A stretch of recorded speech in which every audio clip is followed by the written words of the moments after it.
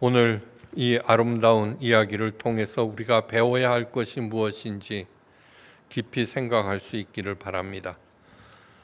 조셉 스토웰이 쓴 예수 체험회라는 책에 이런 얘기가 나옵니다. 밥이라는 사람이 있습니다. 그는 항상 주님과 가까이 동행하고 싶다고 말하면서도 그의 삶은 실패의 연속이었습니다. 그는 헌금과 봉사에 열심이었고 규칙적인 기도와 묵상의 시간을 가졌으며 가정에서도 충실하였습니다. 그런데도 별로 나아지는 것이 없이 계속 실패만 하는 것이었습니다.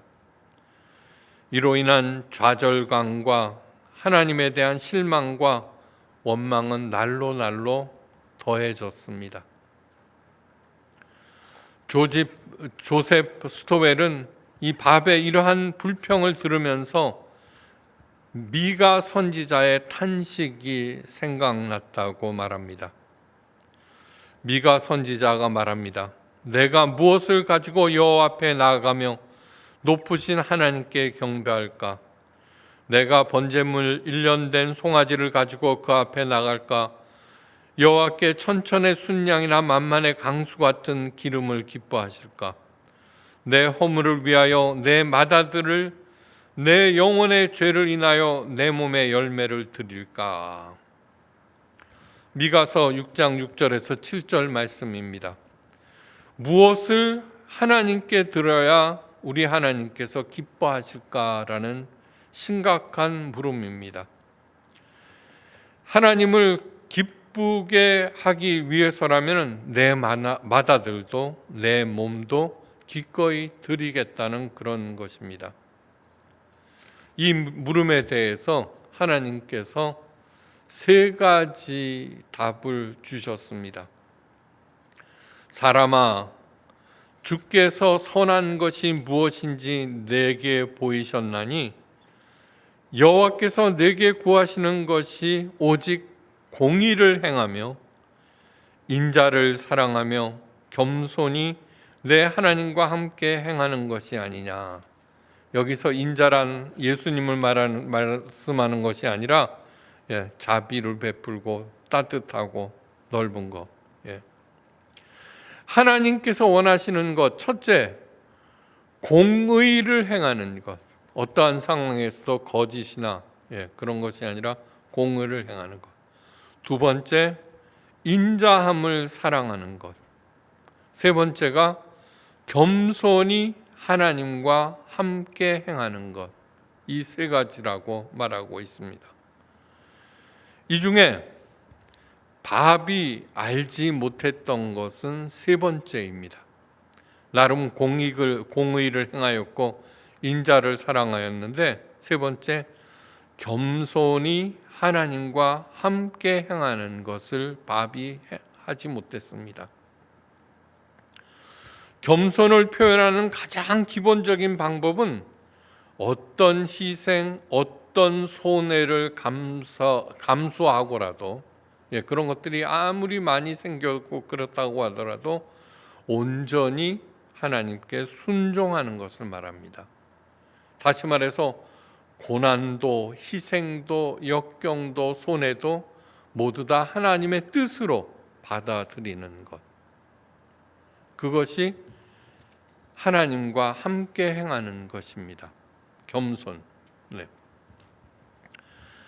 사람들로 하여금 스스로를 평가해보라 하면 통상 얼마나 많은 이익을 남겼나에 포커스를 맞춥니다. 그러나 가장 우선해야 되는 기본적인 항목은 나에게 얼마나 많은 영적 진보가 일어났는가입니다. 내가 영적으로 얼마나 성장하였는가입니다. 그것은 가장 기본적으로 희생, 손해, 환난, 역경이 오더라도 그것을 하나님의 뜻으로 받아들이고 내가 겸허히 그것을 감내하는 것입니다. 영적 성장이 없이 이루어지는 성공은 끝내는 사라져버리는 신기루와 같은 것입니다. 근데 여기에 더 무서운 것이 있습니다. 그 신기루가 사라져 버릴 때 내가 다시 원점으로 돌아가는 것이 아니라 나의 모든 것을 깡그리 잃어버린다는 것입니다. 예. 몸도 마음도 영혼까지도 나락으로 떨어져 버린다는 것입니다. 사울은 이스라엘 중에 가장 출중한 사람이었습니다. 사울왕. 요즘 말로 얘기하면 얼짱에다가 키가 다른 사람의 얼굴만큼 더 컸습니다. 모두 다 자기 어깨 밑이었습니다. 똑똑했습니다. 능력도 출중했습니다. 그래서 이스라엘의 초대 왕으로 등극합니다.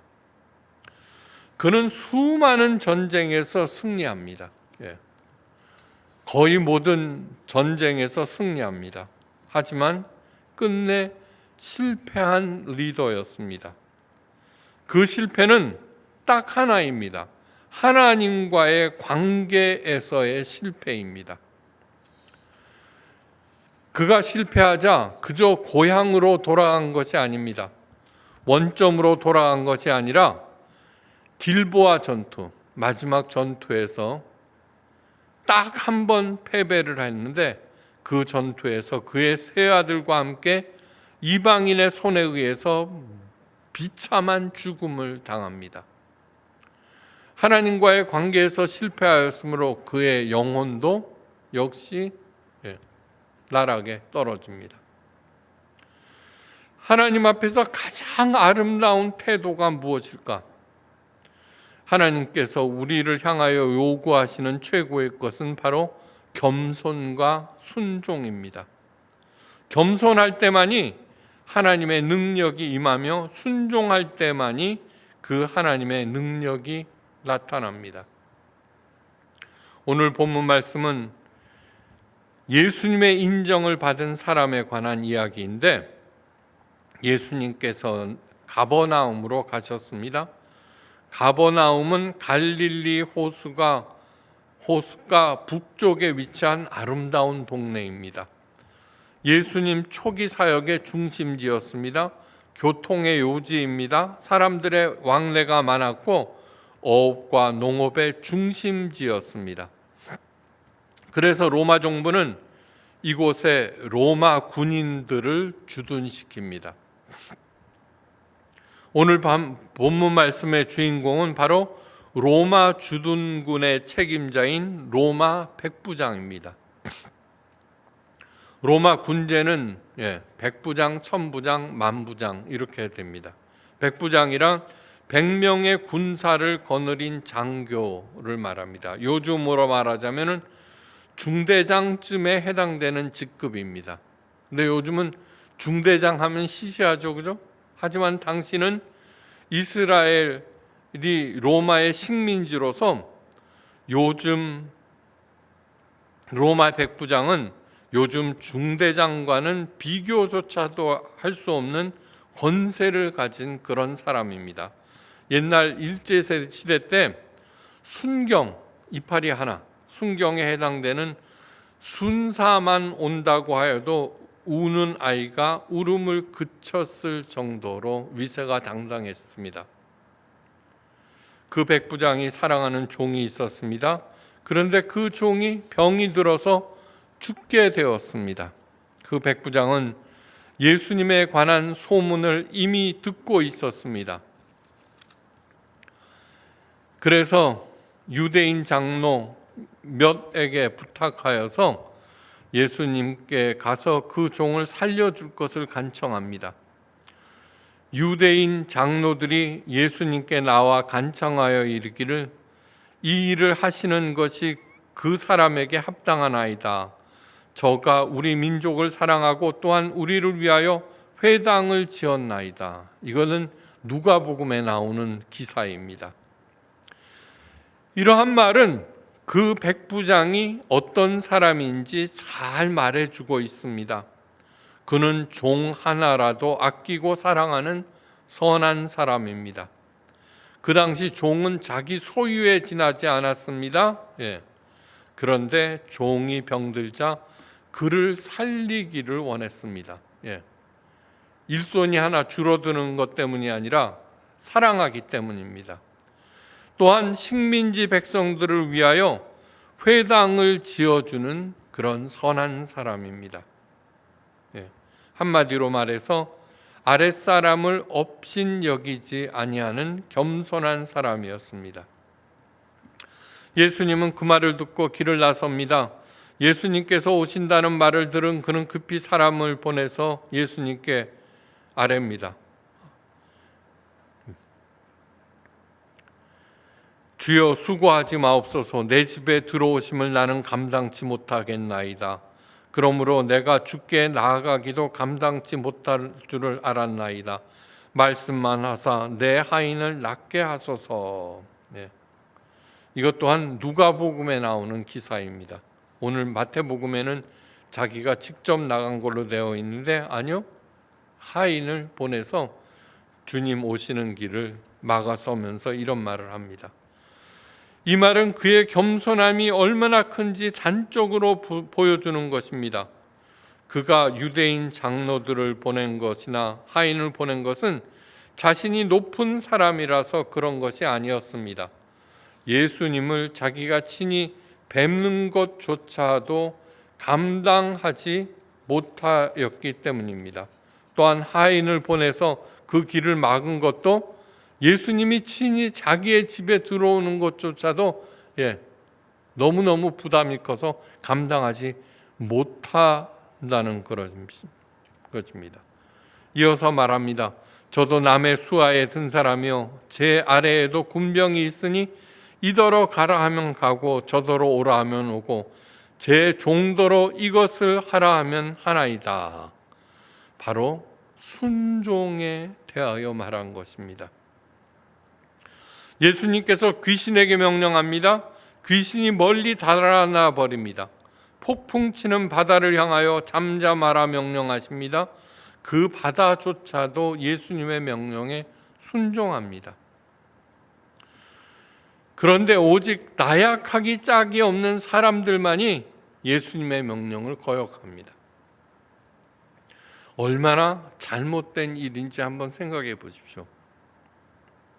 하나님으로부터 가장 많은 축복과 혜택을 받은 인간만이 하나님을 거역합니다. 나는 어떤가?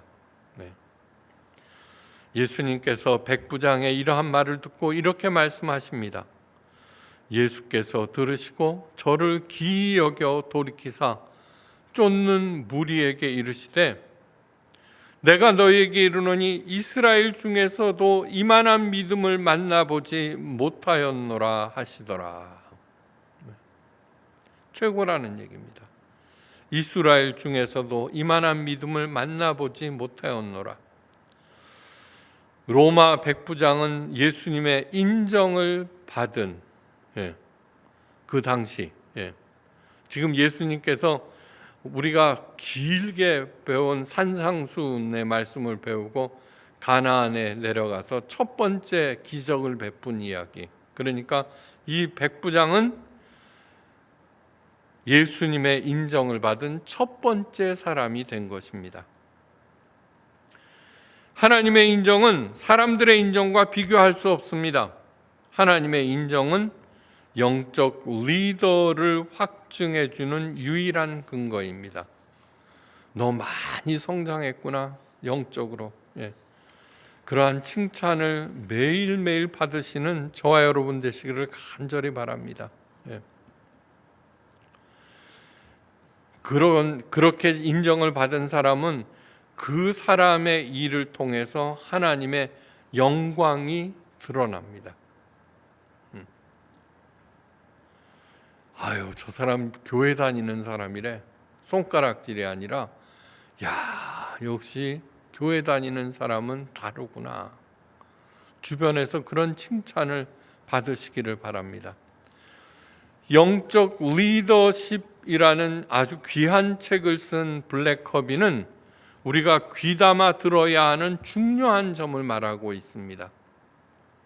첫째, 새로운 구상과 계획을 세우고 열심히 노력하고 실천하는데도 불구하고 한 번도 결실을 맺지 못했다면 그것이 하나님으로부터 온 것인지 아니면 자신의 것인지 돌아봐야 한다. 우리들 가운데 성공한 사람이 많습니까? 실패한 사람이 많습니까? 아니면 내가 살아오면서 실패와 성공 중에 어떤 것이 많습니까? 대부분의 사람들은 실패가 훨씬 많을 것입니다. 성공은 정말 손꼽을 정도. 그럴 때 이것이 하나님으로부터 온 것인지 아니면 내 계획인지 내 구상인지 내 노력인지 한번 돌이켜 보아야 한다는 얘기입니다.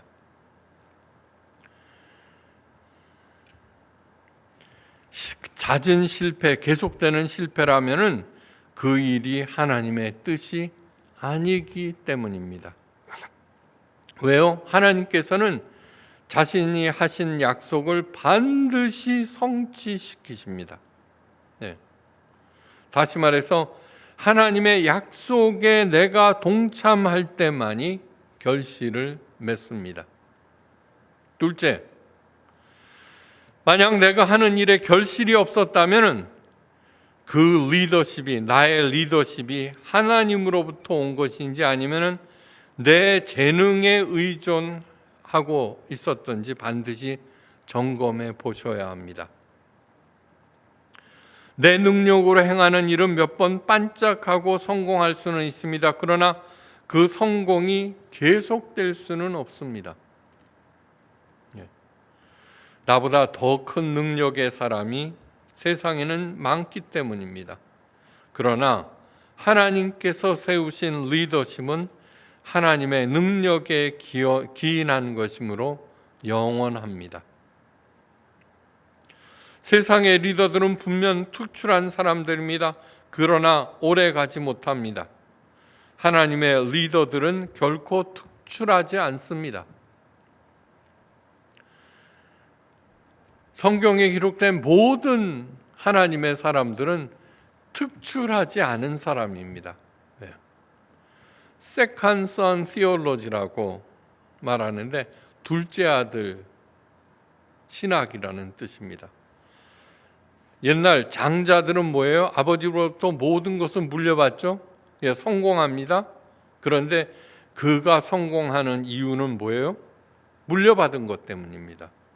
자기의 영적 그 능력이 아니라.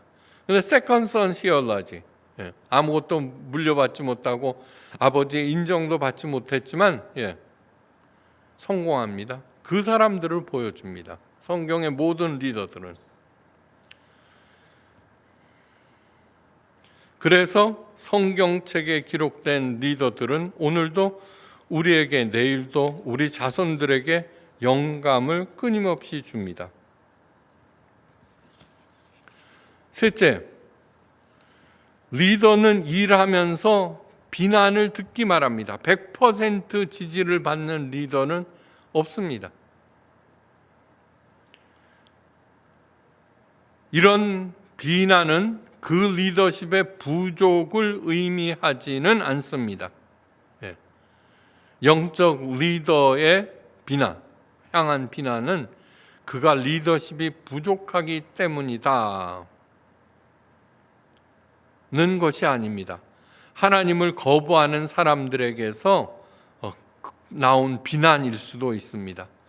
성령의 인도를 받은 리더라면 결국 하나님께서 그 결백을 입증해 주십니다. 그러므로 진정한 영적 리더들은 다른 사람들에게 귀를 기울이기는 하지만 그들의 평가나 비난에 흔들리지는 않습니다. 언제나 그의 초점은 하나님께 맞추고 있기 때문입니다. 내가 과연 성령의 인도함을 현재 받고 있는가를 항상 점검할 뿐입니다.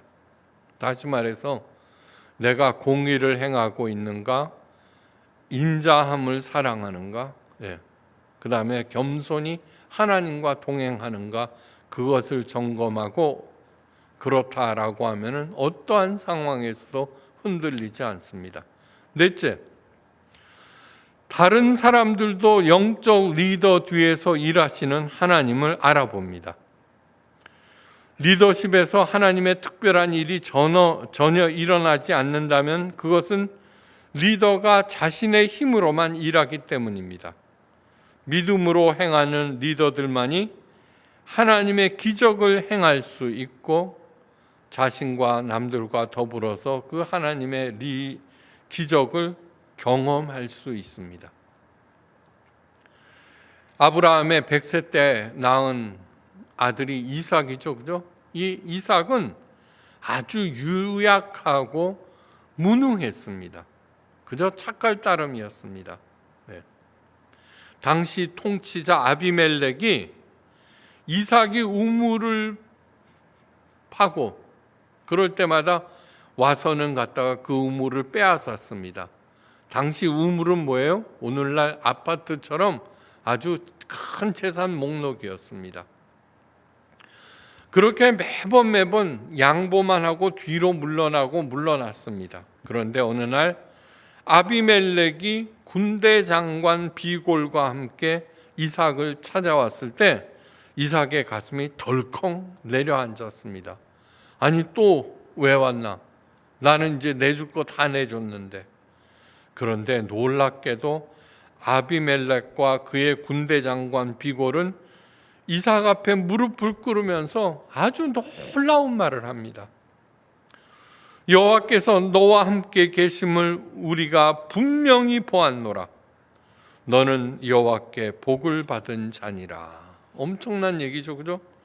창세기 26장 28절에서 29절 말씀.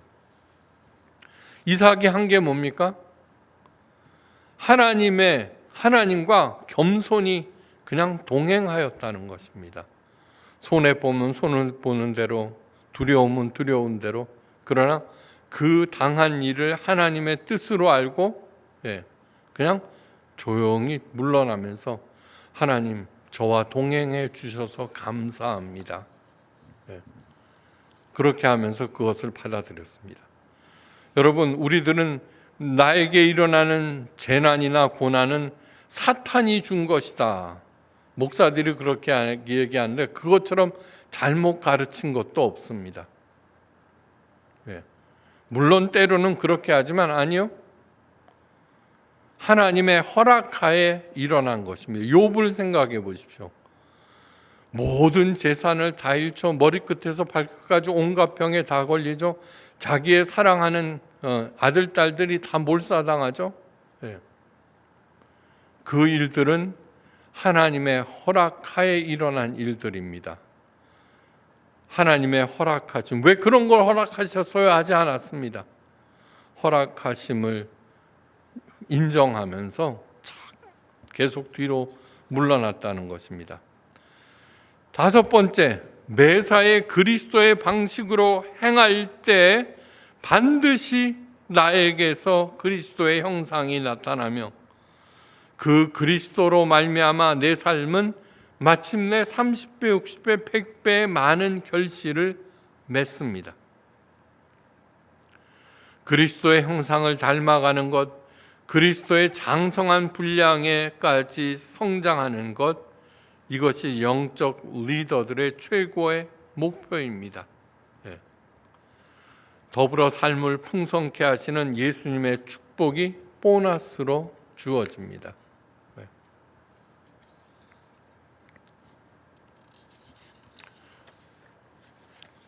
여러분, 빌리 그레함 목사를 아십니까? 우리 나이 많은 사람들은 그가 얼마나 유명한 목사인지 잘 알 것입니다. 젊은 사람들은 모르죠, 그죠? 이 빌리 그레함 목사는 20세기의 가장 위대한 복음 전도자였습니다. 그러나 그렇게 되기까지 수많은 좌절을 경험합니다. 그의 인생의 최대의 위기는 30대에 찾아왔습니다. 가장 절친한 친구인 찰스 템플턴이 신앙을 버렸기 때문입니다. 템플턴은 빌리 그레함의 보수적인 신앙을 비웃었습니다. 그는 충격을 받고 그의 신앙도 덩달아 흔들렸습니다. LA에서의 전도 운동을 눈앞에 두고 그는 잠을 이룰 수가 없었습니다. 밤새 범민에 쌓여 있었습니다. 가장 강력한 조력자가 떠난 마당에 자신감을 상실하였습니다. 그 당시 복음운동의 그 주도자는 찰스 템플턴이었는데 그가 떠나버린 것입니다. 혼자서 행하기에는 너무나 막중한 큰일이었습니다. 그동안 하던 일을 청산하고 새로운 일을 하고 싶었습니다. 그는 성경책을 앞에 두고 하나님께 매달렸습니다. 하나님, 성경책에는 제가 이해하지 못하는 것이 너무너무 많습니다. 모순처럼 보이는 것도 많습니다. 현대 과학과 전혀 상관없어 보이는 부분도 너무나 많습니다. 네. 범민의 어두운 밤이 지나고 새벽이 밝아왔습니다. 그때 성령님께서 강하게 빌리 그라함 목사에게 임하였습니다. 그 성령을 받은 빌리 그라함 목사가 이렇게 고백합니다. 아버지, 믿음으로 성경을 하나님의 말씀으로 받아들이겠습니다.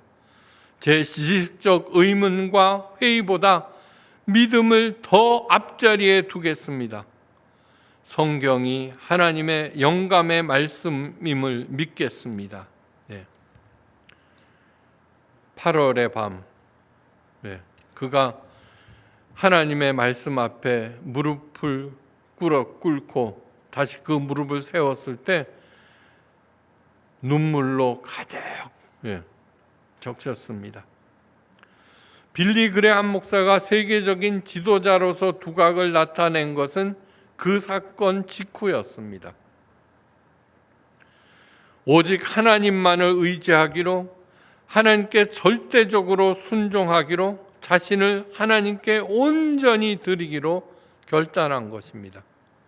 어떠한 어려움이 오더라도 겸손히 하나님과 동행하기로 결단한 것입니다.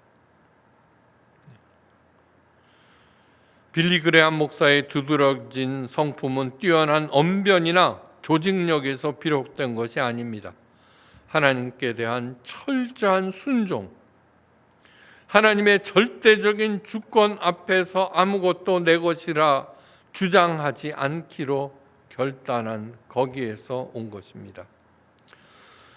예수님 당시 제자들도 있었습니다. 따르는 무리들도 많았습니다. 그러나 이스라엘 중에 예수님의 기중에 합당한 믿음을 가진 사람은 딱 한 사람, 이 겸손한 로마 백부장 외에는 없었습니다.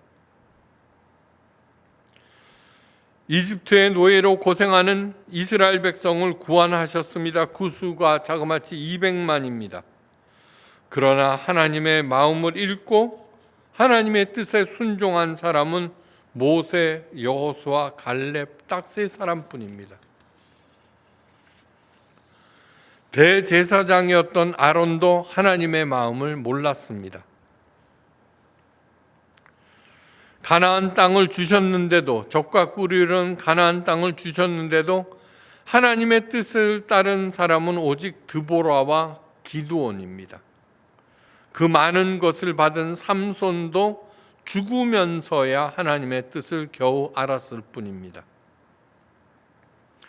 최고의 복을 누렸던 솔로몬도 하나님의 뜻을 저버렸습니다.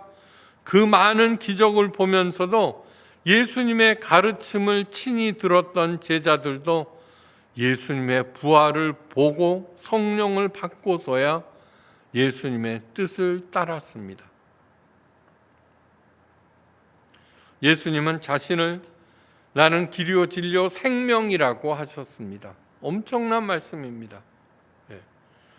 구원에 이르는 길, 영생으로 이어지는 길. 부산으로 가기 위해서는 남쪽으로 가야 합니다.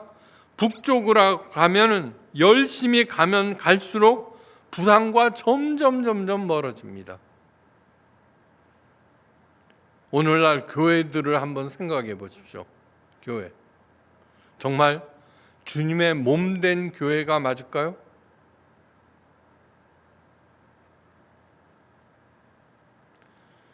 아닙니다. 건물 짓기, 세력 확장. 그래서 교회를 떠나는 사람들이 너무너무 많습니다, 요즘에.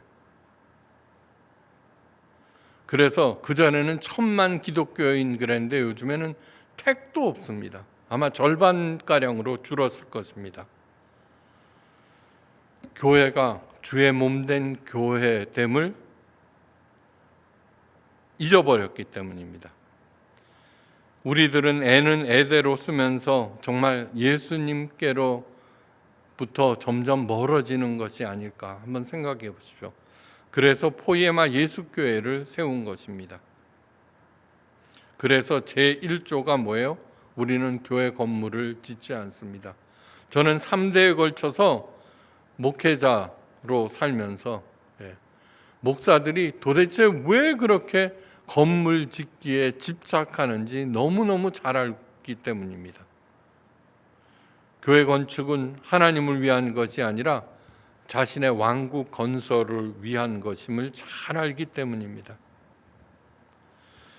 물론 우회할 수도 있고 쉬었다가 갈 수도 있습니다. 그러나 그 방향만은 정확히 알고 있어야 하고 기어가더라도 천천히 가더라도 그쪽으로 가야 합니다. 예수님께서 자신을 길이라 하신 이유는 힘들고 어려워도 그 길을 가야 하기 때문입니다. 그래서 몇 달간에 걸쳐서 산상수훈, 그것을 그렇게 자세히 가르친 것이고 주기도문을 구절구절마다 설교하는 것입니다. 저는 월요일만 되면은 그 다음 챕터를 읽고 하나님께서 도대체 이 말씀을 통해서 무엇을 전해야 할 것인가 그것만 묵상하면서 보냈습니다. 예수님은 자신을 진리라고 하십니다. 나는 길이요 진리요 생명, 진리라고 하십니다.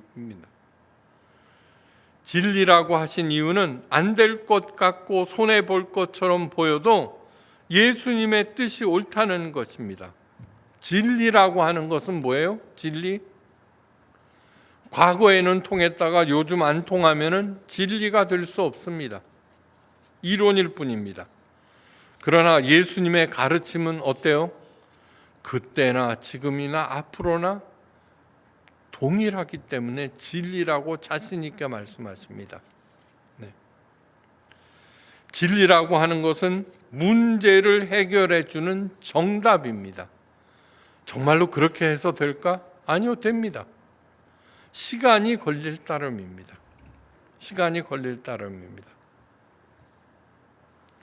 진리란 그것을 고소하는 동안 죽을 것 같아도 마침내는 참 생명이 주어집니다. 바로 예수님의 생애 자체가 그것을 증명하고 있습니다. 자신을 영생이라고 하신 이유는 예수님의 뜻에 따르면은 어떤 문제도 해결되고 죽은 것이 살아나고 끝내는 영원한 천국에 이르기 때문입니다.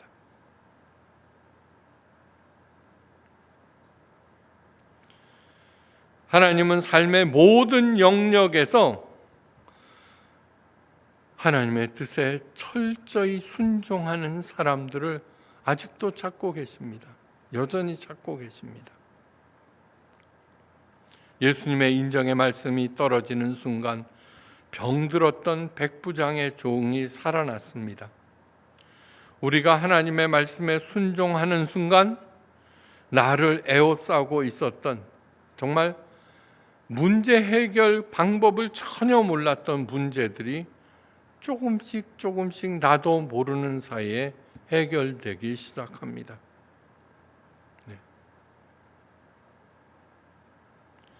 하나님 앞에서 언제나 겸손하시기를, 예수님의 말씀에 순종하시기를 간절히 바랍니다. 겸손과 순종이 천만금의 제사보다 낫습니다. 겸손과 순종이 바로 우리 예수님께서 원하시는 것.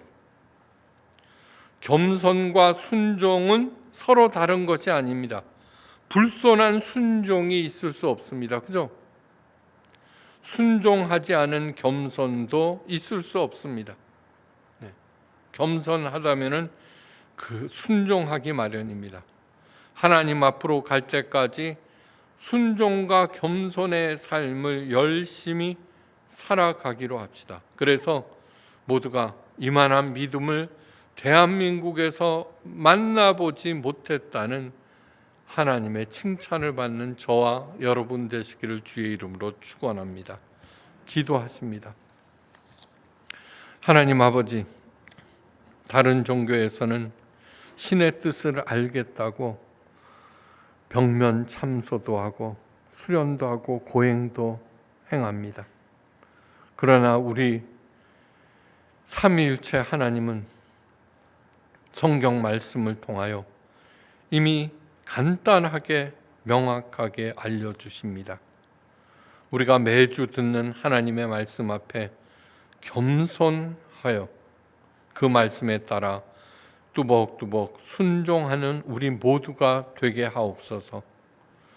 그리하여서 하나님의 모든 능력과 지혜를 받아서 하는 일마다 성공하고 30배, 60배, 100배의 결실을 맺어 베풀고 베풀고도 남는 우리 모두가 되게 하옵소서.